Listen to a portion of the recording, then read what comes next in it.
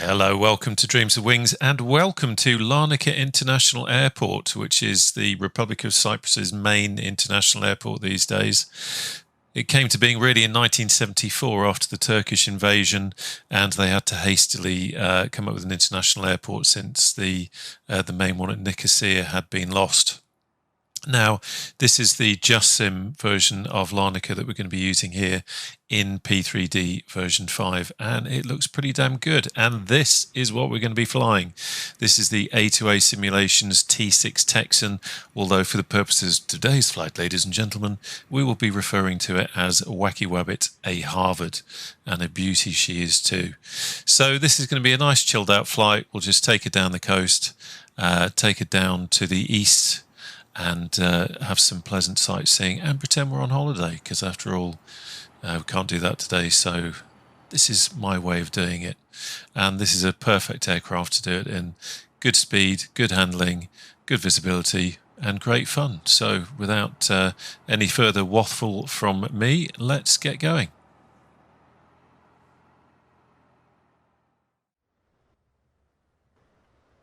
Right, well, here we are, ready to go. I want to try and keep this video as short as I can, really, because I'm not going to have a huge amount of time to upload it. My problem, not yours. So I won't be doing the full startup checks, or rather the full checks to the point where we'd actually be taking off. If you want to see that, then there is an earlier video, which I'll put a link below, on a flight where we go into that in a bit more detail. And also we're saying, if you want to see this aircraft in real life, then please go and have a look at T6harvard.com. And also, again, I'll put a link below to the video where we actually went up in the real thing. I was very fortunate to get a flight in the real Wacky Wabbit, and that video talks about that. Anyway, let's pull up the checklist. And we've fueled up, we've got plenty of fuel. I've used the oil clean kit just to drain the oil out of the bottom cylinders. Sometimes with that, if you don't do that and if you haven't flown it for a while, you might get a bit of hydraulic lock in the cylinders. So we've done that, and everything should be tickety-boo. So let's pull the blade through 9 times. Just imagine some fella out there in the baking sun now, having to do this.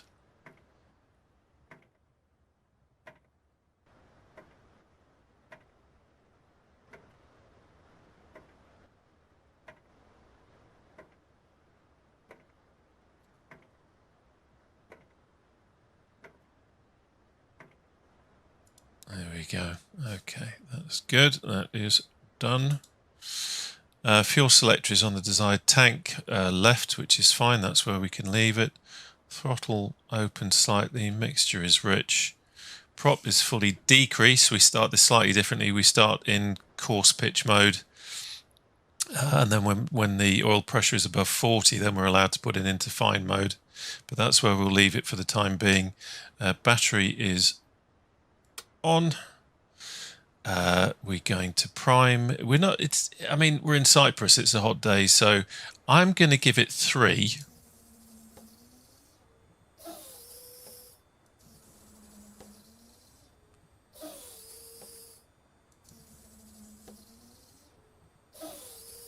There we go, that should be enough. Quick look around, make sure that everything else is okay. I'm going to put the, where are we? We've got the nav lights already on. The strobe is on. Take pitot heat off for the time being because we don't need that. Right now, and let's do that.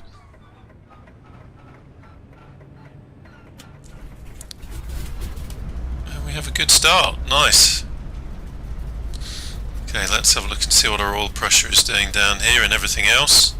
T's and P's are looking fine. Oil pressure is now, yep, that's just above 40, so we'll start to introduce the fine pitch.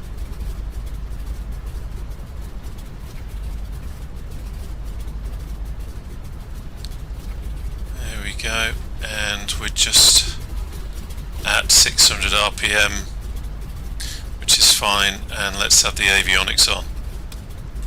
Okay, she's alive.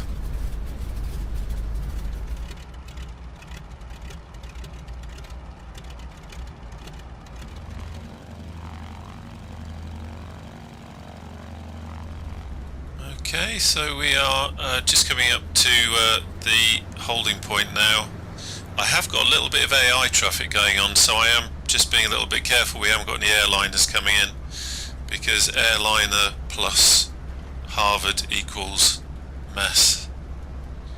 So we will just bring it to a stop here. Slightly bumpy there. There we go.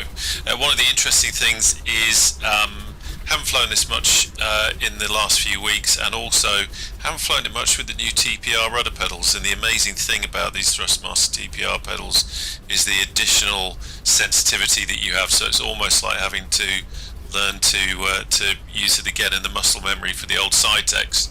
It's a little bit rougher, if you know what I mean. So I'm not saying this is going to be pretty, but let's go. Right, nothing coming in. No dirty great airliners to ruin the day.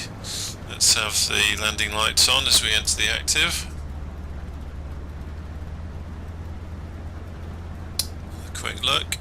It certainly adds for interest when you do have the possibility of a great big airliner coming in to land on your noggin.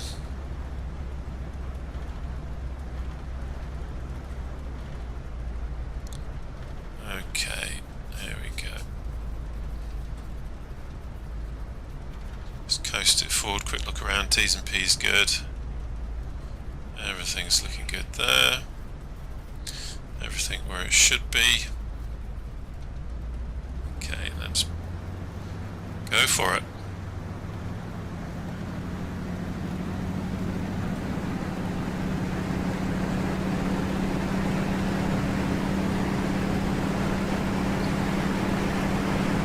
A slight crosswind today.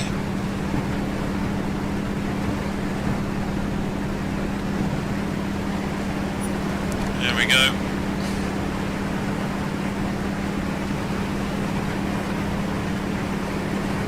Just blowing us off slightly. Quite gusty up here actually. Using real world weather, so we're going to be getting a fair bit of let's come back on the RPM there. Should have done that a bit earlier. Yeah, we're going to be getting a fair bit of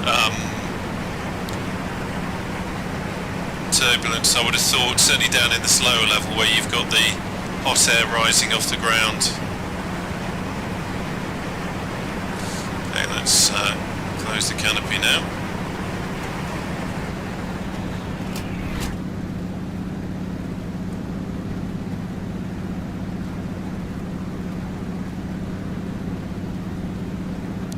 Mountains over there.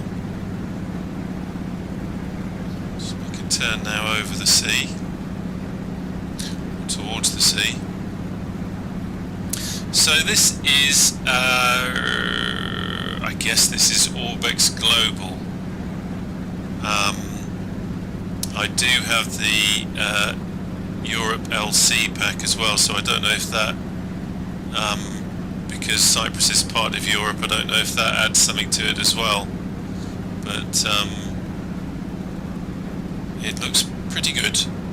One of the interesting things here is you can see you've got that mixture, you've got the salt lakes here, you've got a mixture here of what it would look like in the summer where it's all white, and then over there you've got it really kind of how it would look in the winter with the water.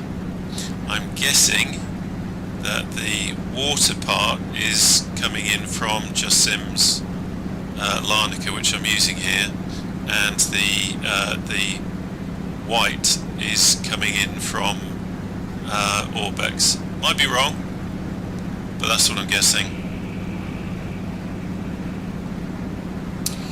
Okay, everything looking good. We can turn our landing lights off now.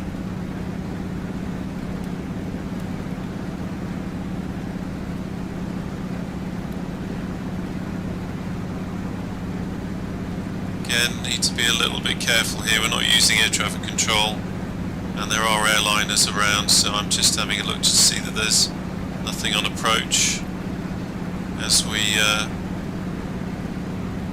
fly past the end of the runway at Larnaca.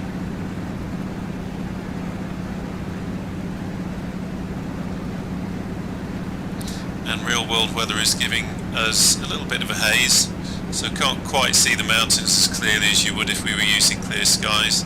And interestingly, cloud. It's not often that I've seen clouds when I've been in Cyprus. I have seen it, definitely, but usually it's pretty good. Or maybe that's just rose-tinted glasses memory of lying on a beach, ice-cold beer, condensation running down the side of the glass, not a cloud in the sky, not a care in the world.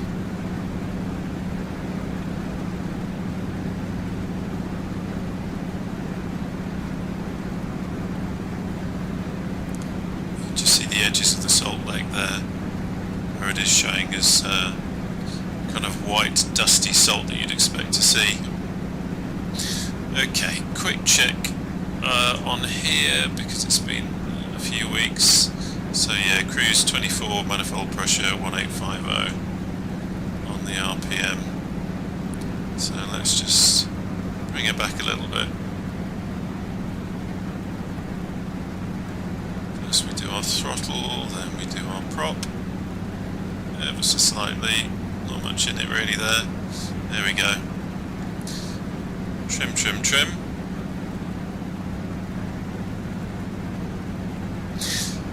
So this is one of the things I love about the sim, is that you can literally go anywhere in the world you want to in any aircraft that you've got. And we might not be able to do this in the real world at the moment, but we can do it in the sim. And yes, I'm sitting in a spare bedroom in a house in the UK, but my mind has travelled. Yeah, I'm not crazy, trust me. It's Larnaca over there. Or should I say Livadia? By the way, if anyone is watching this who is native to Cyprus or knows Cyprus well, I do apologise in advance for any terrible pronunciations that might come out of my gob.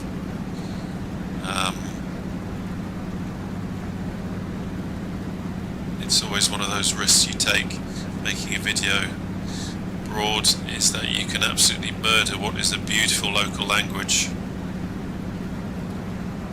by butchering it with pronunciations that are so wrong, so painfully wrong, that it almost hurts.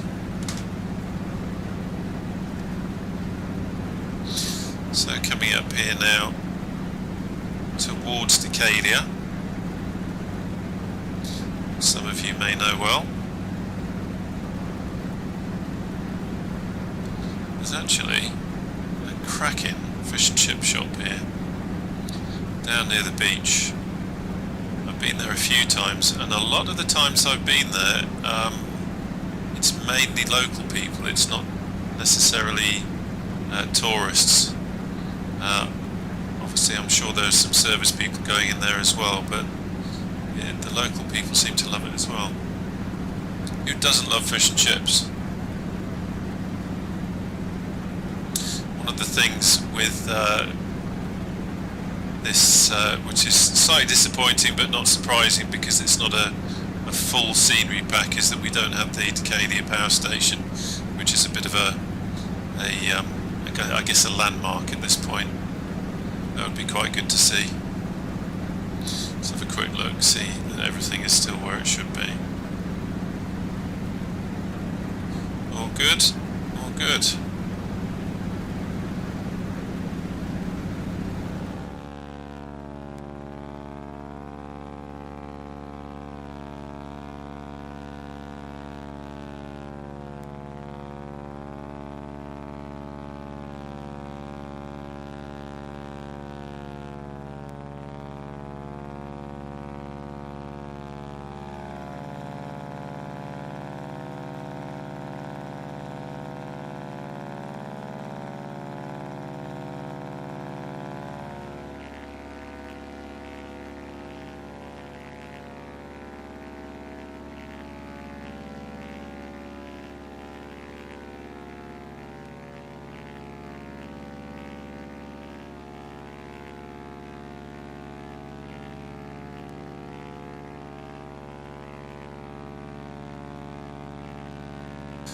It's actually really, it's not so bad when you consider that this isn't any special kind of scenery apart from it being kind of Orbx land class.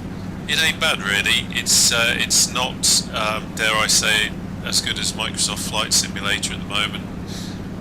And to do this trip in this aircraft would be absolutely fantastic. And one day we will, trust me, one day we will do that trip in Microsoft Flight Simulator in hopefully something like this A2A. I'm going to call it a Texan because that's what it is, although we're pretending that it's a Harvard today, because that is going to be one beautiful flight. But in the meantime, I'm quite happy with this. I think this is pretty good. It gives a really good feel of Cyprus in my mind. Maybe the imagination fills in the gaps perhaps, but it feels about right, and I can almost taste that Kio beer waiting for me when I have my meze tonight. Not. So this is a gorgeous aeroplane to fly. It's, as you probably know already, a World War II advanced trainer. It's quite challenging in its funny little ways. It's very interesting in the crosswind, so I'm really looking forward to trying to land it when we get back.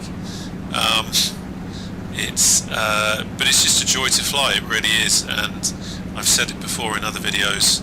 If you are interested in getting into warbirds in flight sim, and you've not done it before, and you want to get into the really realistic stuff, then I can really recommend you starting with this. If you really wanted to, you could go all the way. You could start with some like Ants aeroplanes, Tiger Moth Pro, do the basics on that, learn stick and rudder, and then move up to this Texan, Harvard, and learn to do it that way. And that would be quite an authentic way of doing it.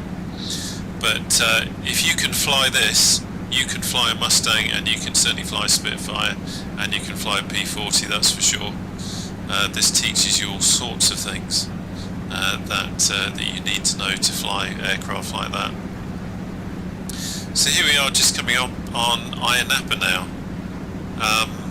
Ayia Napa in this sim doesn't really look like Ayia Napa in real life, or it certainly doesn't look like Ayia Napa in Flight Simulator 2020. But you can see there are buildings down there. There's a kind of a slightly built-up area. We've got the harbour there. Anyone who knows Ayia Napa, you'll recognise that. Shout out to the Queen Vic. There is the beach. And funny enough, where you've got those buildings there, that is actually where you've got a group of hotels. And that little beach down there is where I've spent many a happy time, chilling out, forgetting about life's stresses and the real world. Next year. Now we're going to head on down to Cape Greco. Again, in the sim, it's not really, again, anyone who knows it, it doesn't really look that much like Cape Greco, but the basic shape of the land is there, and it gives us something to have a look at. It's quite interesting flying this actually. It's been a while since I've been out of, I guess, Orbx True Earth territory. I do most of my flying at the moment in the UK in P3D, around the Duxford area and up in Scotland, and I'm used to using the True Earth, which is photo scenery, and the closest thing in P3D that you'll get to the kind of scenery that you're seeing in Microsoft Flight Simulator 2020. So it's been a while since I've been outside of that into this kind of scenery in P3D, which is just really made up of kind of clever land class positioning, where it's not photo scenery, it's not ultra realistic, it's an approximation. And you know, to be honest, that ain't bad. That ain't bad, really. That's not far off. Be a bit more rocky in the real world. Over here in the real world, you'd also have a stack of antenna. Quite an interesting little area.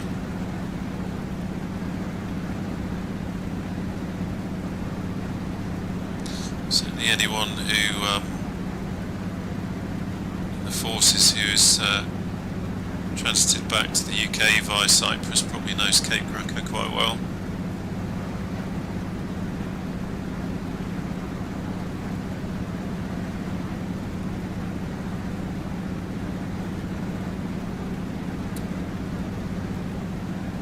And we will head up the coast now to Protaras now. I've heard it called Protaras, and I've heard it called Protaras, and I believe the locals would call it Protaras. So I shall refer to it as Protaras, and again, apologies if I've murdered the language. I'm doing my best. But you did think of learning Greek.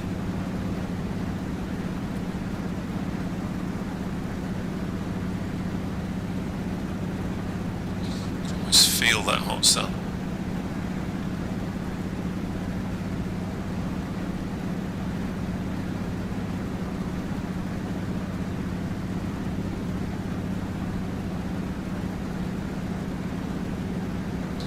This is exactly the kind of flying I love doing. Old warbird, somewhere nice to fly. Beautiful. Imagine doing this in real life. Imagine doing this as your job, and I don't mean with the obviously unfortunate position of wartime. I'm talking about, imagine that your job is to fly people up and down the coast in Cyprus in an old warbird like this. Sign me up.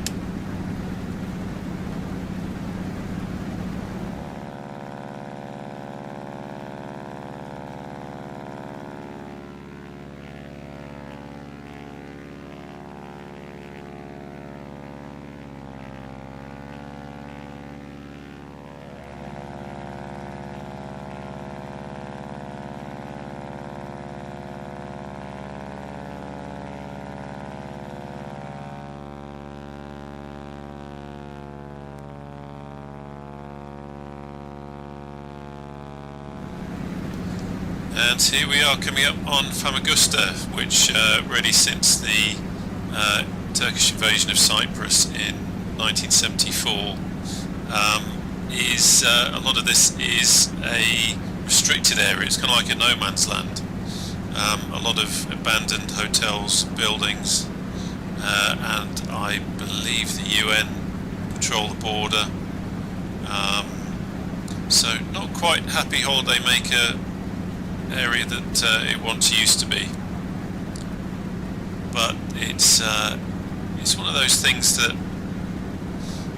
you kind of remember, or I'm trying to think of the best way of describing it. Okay, so you're lying on the beach drinking a cold beer over in Ayia Napa, and you might have no idea that over here you've got this history. I think it's one of the fascinating things about travelling abroad is that you see something, whether it's the beach that you're holidaying on, the museum that you've gone to see, you know, whatever it is that you're visiting, and around that is also a whole bunch of history and stories to be told and things to see, which I think is what makes travel so fascinating. But yeah, in real life, look it up, quite a spooky area, I think.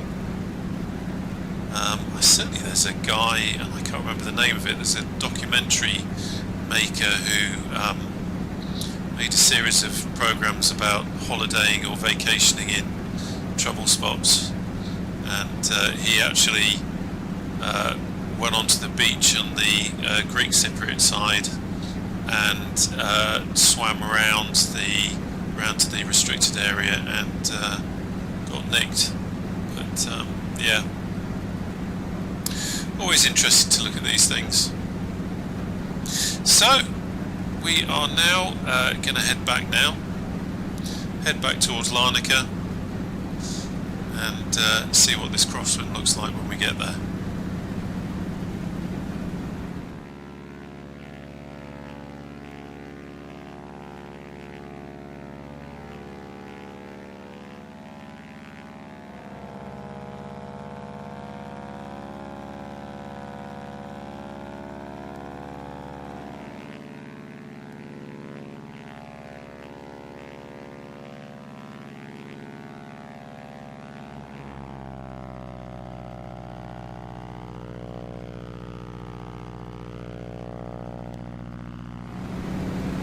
So here we are coming up on Larnaca now.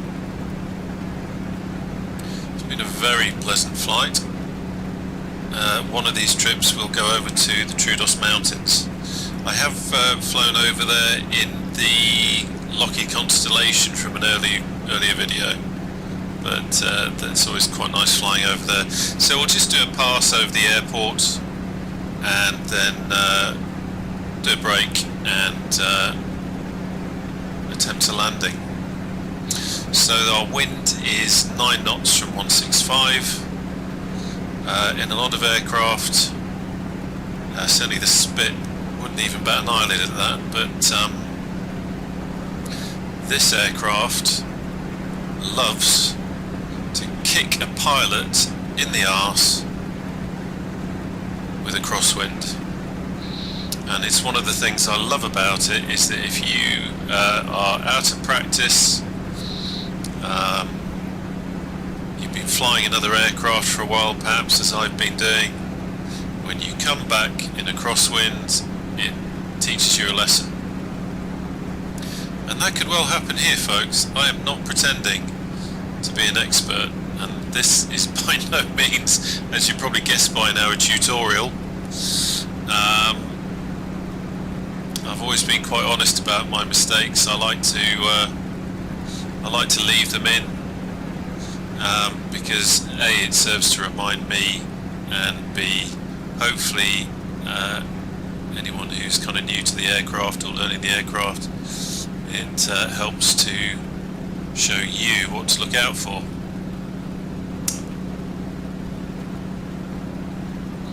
So let's have a look. So speed's good for gear, but I won't just drop it yet. Just wait till we're more established. A little bit low. RPM is at 2000. Okay, let's landing lights are on. That's good. Drop the gear now. Just 130.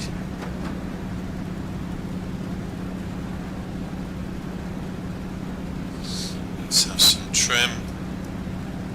Trim is your friend.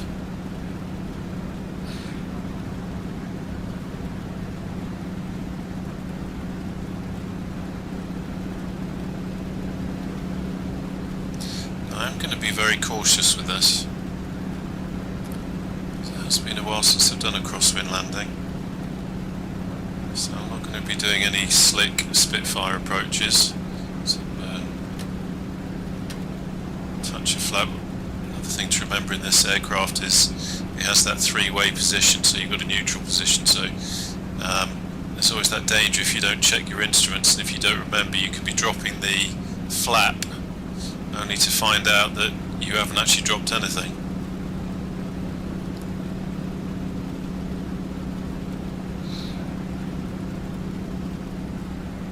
Okay, let's bring around onto a base.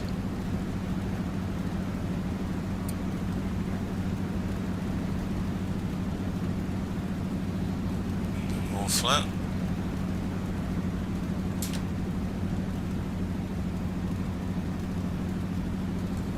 Speed. What I'm wanting to do is really sense that crosswind, really sense what it's doing to the aircraft before anything nasty can happen. So it's just pushed us over the centre line slightly. Okay, let's go full flap now. And this is actually one of my favourite parts of flying, actually, is this final approach bit, this hanging balance as we come into land. But I always feel a slight sense of trepidation in the Harvard with a crosswind. So yeah, that's crab.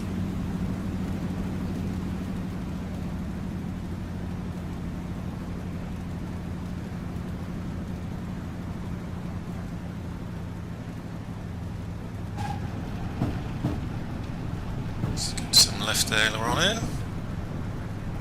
Keep on that. Come on. Keep behaving, girl. Nose comes up.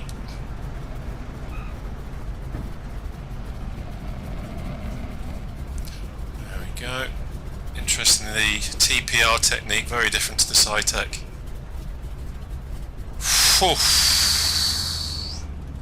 And we're down. Yeah. If you want a thrill and a real challenge for landing, get yourselves the A2A T-6 and flying a crosswind. I can honestly say, for me, out of all the warbirds, the Mustang, the Spitfire, the P40, for crosswind landings, this is the one that is more than happy to serve you your backside on a plate, and it's one of the reasons I love it so much.